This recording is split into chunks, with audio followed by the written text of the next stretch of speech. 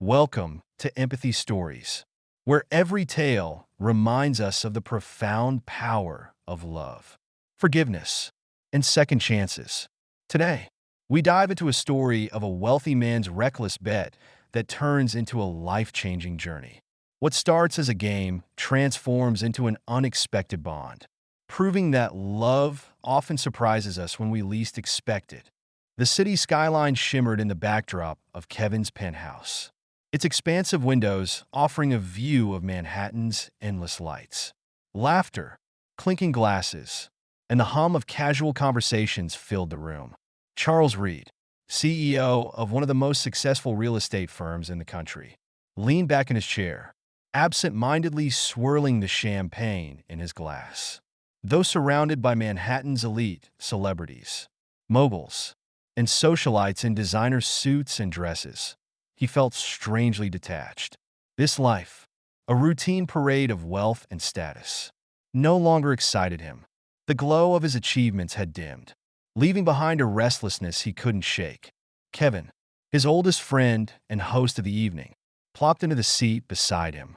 "You're awfully quiet tonight," Kevin remarked, his tone tinged with amusement. "For someone who owns half of Manhattan, you don't look like a man enjoying himself." Charles smirked, but didn't lift his gaze. "It's all the same, Kev. The faces, the conversations. Everyone wants something. There's nothing genuine in this room." Kevin leaned in, his mischievous grin forming, as if he'd been waiting for this opening. "You think you're too good for all this? Huh? Still convinced you've got the world figured out?" "Not too good, just over it," Charles replied dryly. "Well then, Mr. Over It All, let me spice things up for you." Kevin's eyes gleamed as he tapped his glass against Charles's. "Let's make a bet." Charles raised an eyebrow, intrigued despite himself. Kevin's bets were infamous, wildly entertaining, but often bordering on reckless. "What kind of bet?" "I'm willing to wager you can't marry someone outside your usual type and keep her as your wife for 6 months," Kevin declared, his voice low enough to be private but laced with challenge. "And when I say outside your type, I mean no leggy supermodels, no Instagram influencers. Someone real. I'm talking about Gina." Charles frowned, the name unfamiliar. "Gina who?" Kevin smirked, leaning back with satisfaction. "She owns a bakery in Midtown. She's not what you'd expect. A little older, full-figured, down to earth. Definitely not someone you'd typically go for." Charles tilted his head. "And why would I do this?" "Because if you succeed," Kevin countered smoothly, "you get that property on Fifth Avenue, the one you've been after for months."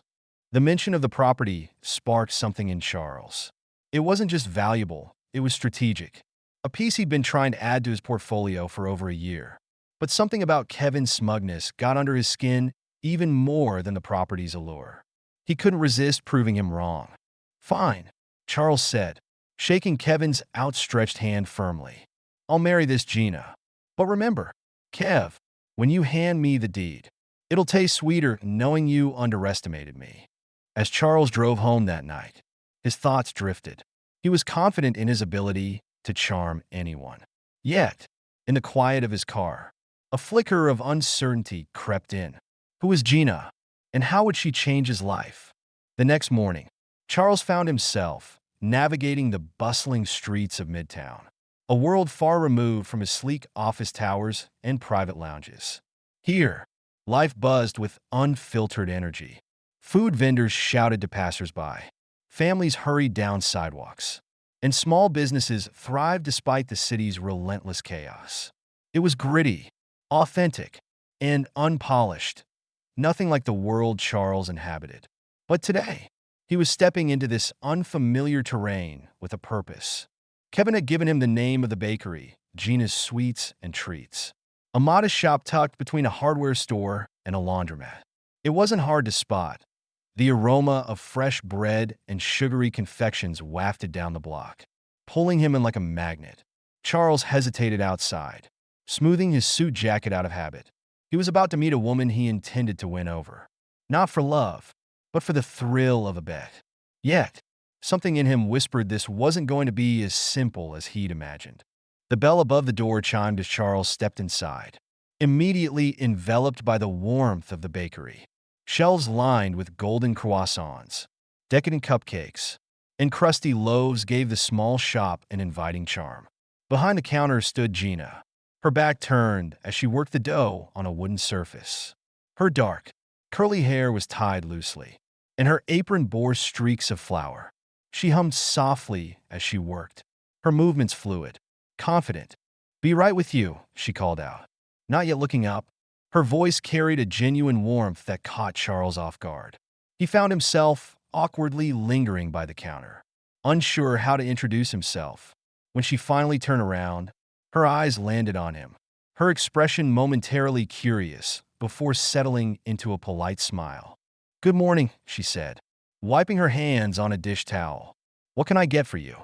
For a man accustomed to commanding boardrooms and captivating rooms of strangers, Charles found himself uncharacteristically tongue-tied. Gina was not what he expected.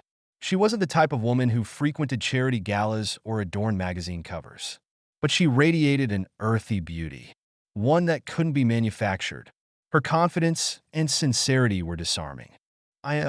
Charles cleared his throat. "I was walking by and noticed your bakery. It smells amazing in here." Gina raised a skeptical brow, glancing at his designer suit. "A bakery caught your attention? Midtown's got 1,000 other places more your speed." He chuckled, appreciating her candor. "I'm full of surprises." Her lips twitched into a faint smile. "So, what'll it be? Coffee? A pastry?" Charles took a deep breath, deciding to dive in head first. "Actually, I was hoping to invite you to dinner." The request hung in the air for a beat too long. Gina folded her arms, leaning slightly on the counter as she studied him. "Dinner," she repeated, her voice tinged with suspicion. "Just like that? I know it's sudden," he admitted, attempting his most charming smile. "But I'd really like to get to know you better." Gina's eyes narrowed slightly, scanning him as if trying to read between the lines. "You don't seem like the kind of guy who frequents places like this. What's your angle?" Her directness threw Charles off balance. He wasn't used to being questioned so bluntly. Most people fawned over his wealth and status. Gina's grounded presence was refreshing, albeit challenging. "No angle," he said earnestly. "You're intriguing. I want to know more." She hesitated, visibly debating. Then, with a sigh, she relented. "Fine, but I work late, so it'll have to be after 6. 6:30, Charles said with a grin. "I'll pick you up." As he left the bakery, a mix of exhilaration and anxiety coursed through him. Gina wasn't like anyone he'd met before. This wasn't going to be easy, but for the first time in a long time, Charles felt truly alive. At precisely 6:30 that evening, Charles arrived outside Gina's bakery in his sleek black car. He debated whether to bring flowers or something thoughtful, but decided against it, fearing it might come off as insincere. Tonight, he wanted to appear genuine, even though the bet lingered like a shadow in the back of his mind. Gina stepped out of the bakery just as he parked, dressed in a simple navy dress that hugged her curves modestly. Her curly hair framed her face, and Charles couldn't help but notice how radiant she looked, even in her understated style. "This feels different," Gina admitted as she climbed into the car, glancing around at the leather seats and the faint scent of cedar. "I don't usually ride in cars like this." "Well, I'm glad you agreed to come out with me," Charles replied, trying to sound casual despite the flutter of nerves in his chest. The restaurant he chose was upscale, but quieter than the lavish establishments he typically frequented. He wanted Gina to feel at ease, though he wasn't sure she would. She seemed slightly uncomfortable as they were seated, her eyes scanning the ornate decor and elegantly dressed patrons. "I'm guessing this isn't your kind of place?" Charles asked, his voice gentle. "It's nice," Gina replied hesitantly. "Just a bit out of my league, but I'll survive." Her honesty made him smile. The women he usually dated would have reveled in the luxury, eager to post pictures on social media. But Gina was different. Throughout dinner, her guarded demeanor gradually melted. She spoke passionately about her bakery, how she'd started it after losing her father, how she'd struggled to get a loan, and how she now spent long hours perfecting her recipes. There was a quiet pride in her voice that Charles found magnetic. "And what about you?" Gina asked, her brown eyes studying him. "What drives a guy like you? It can't just be the money." The question caught him off guard. Most people assume money was all that mattered to him. He hesitated before answering. "I guess I've spent so much time chasing success that I haven't really stopped to think about what drives me. Maybe that's something I'm still figuring out." Gina nodded, her expression softening. "At least you're honest about it. That's rare." By the end of the evening, Charles realized he genuinely enjoyed her company.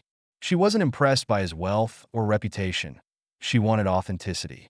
For the first time in years, he felt like someone was seeing him for who he really was, not for what he owned. As he dropped her off at her modest apartment, Gina paused before getting out of the car. "Thanks for tonight. It was unexpected, in a good way. Can I see you again?" Charles asked, his voice hopeful. Gina smiled faintly. "Maybe. Let's see if you're serious about getting to know me." As she disappeared inside, Charles leaned back in his seat, staring at the building. The bet was starting to feel less like a game and more like a chance he didn't want to waste. Over the next few weeks, Charles made regular trips to Gina's bakery, sometimes bringing flowers, other times just showing up to talk. He began helping her with small tasks, surprising himself with how much he enjoyed being part of her world.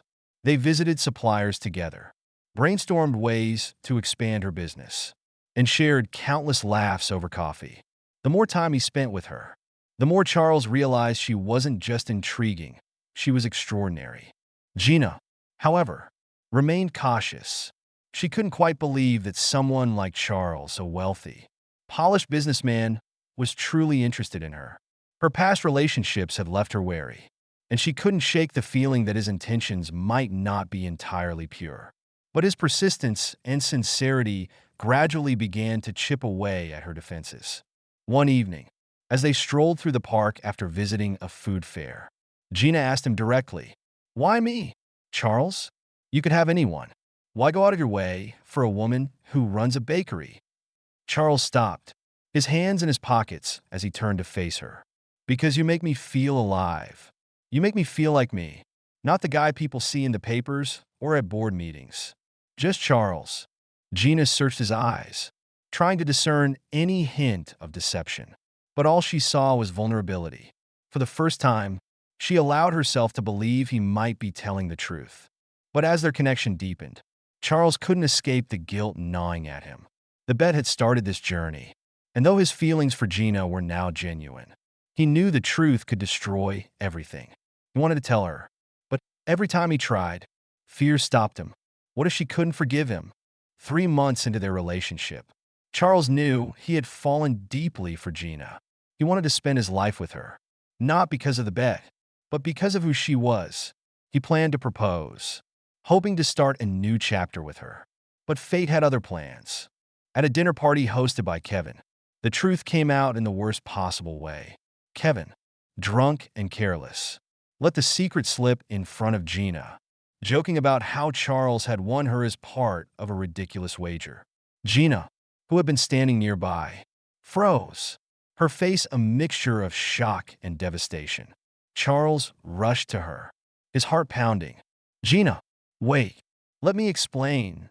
But she stepped back, her voice trembling. "Is it true? Was I just some game to you?" "It started that way," Charles admitted, his voice thick with emotion. "But it's not like that anymore. I love you. Gina, you changed everything for me." Tears streamed down her face as she shook her head. "You lied to me, Charles. You made me believe in something that wasn't real." She left without another word, and Charles was left standing alone, the weight of his actions crushing him. In the weeks that followed, Charles tried everything to win her back. Letters, flowers, heartfelt apologies, but Gina refused to see him. She focused on her bakery, throwing herself into her work to numb the pain of betrayal. Her mother, furious when she learned the truth, barred Charles from their home. But Charles didn't give up. He knew he had made a terrible mistake, but he was determined to prove his love was real. Slowly, Gina began to see the sincerity in his efforts. He wasn't just trying to fix things for his own sake. He genuinely wanted to make her happy. Months later, they sat together in her bakery, the place where it had all started. Charles, his voice trembling with emotion, said, "I know I don't deserve another chance, but I can't imagine my life without you. Please, Gina, let me show you that this is real." Gina studied him for a long moment before finally nodding. "One chance. Charles, that's all you get. Don't break my heart again." They renewed their vows in a quiet ceremony, surrounded by close friends and family. Together, they built a future rooted in honesty and love. As they stood outside the grand opening of Gina's new bakery, holding hands, Charles whispered, "Thank you for forgiving me." Gina smiled, her eyes shining with tears. "Thank you for proving you deserved it. Thank you for joining us on this emotional journey at Empathy Stories. We hope this tale of redemption, vulnerability, and true love touched your heart as deeply as it did ours. Don't forget to like, share, and subscribe to stay connected to more inspiring stories. Together, let's continue exploring the depth of human connections. See you in the next video.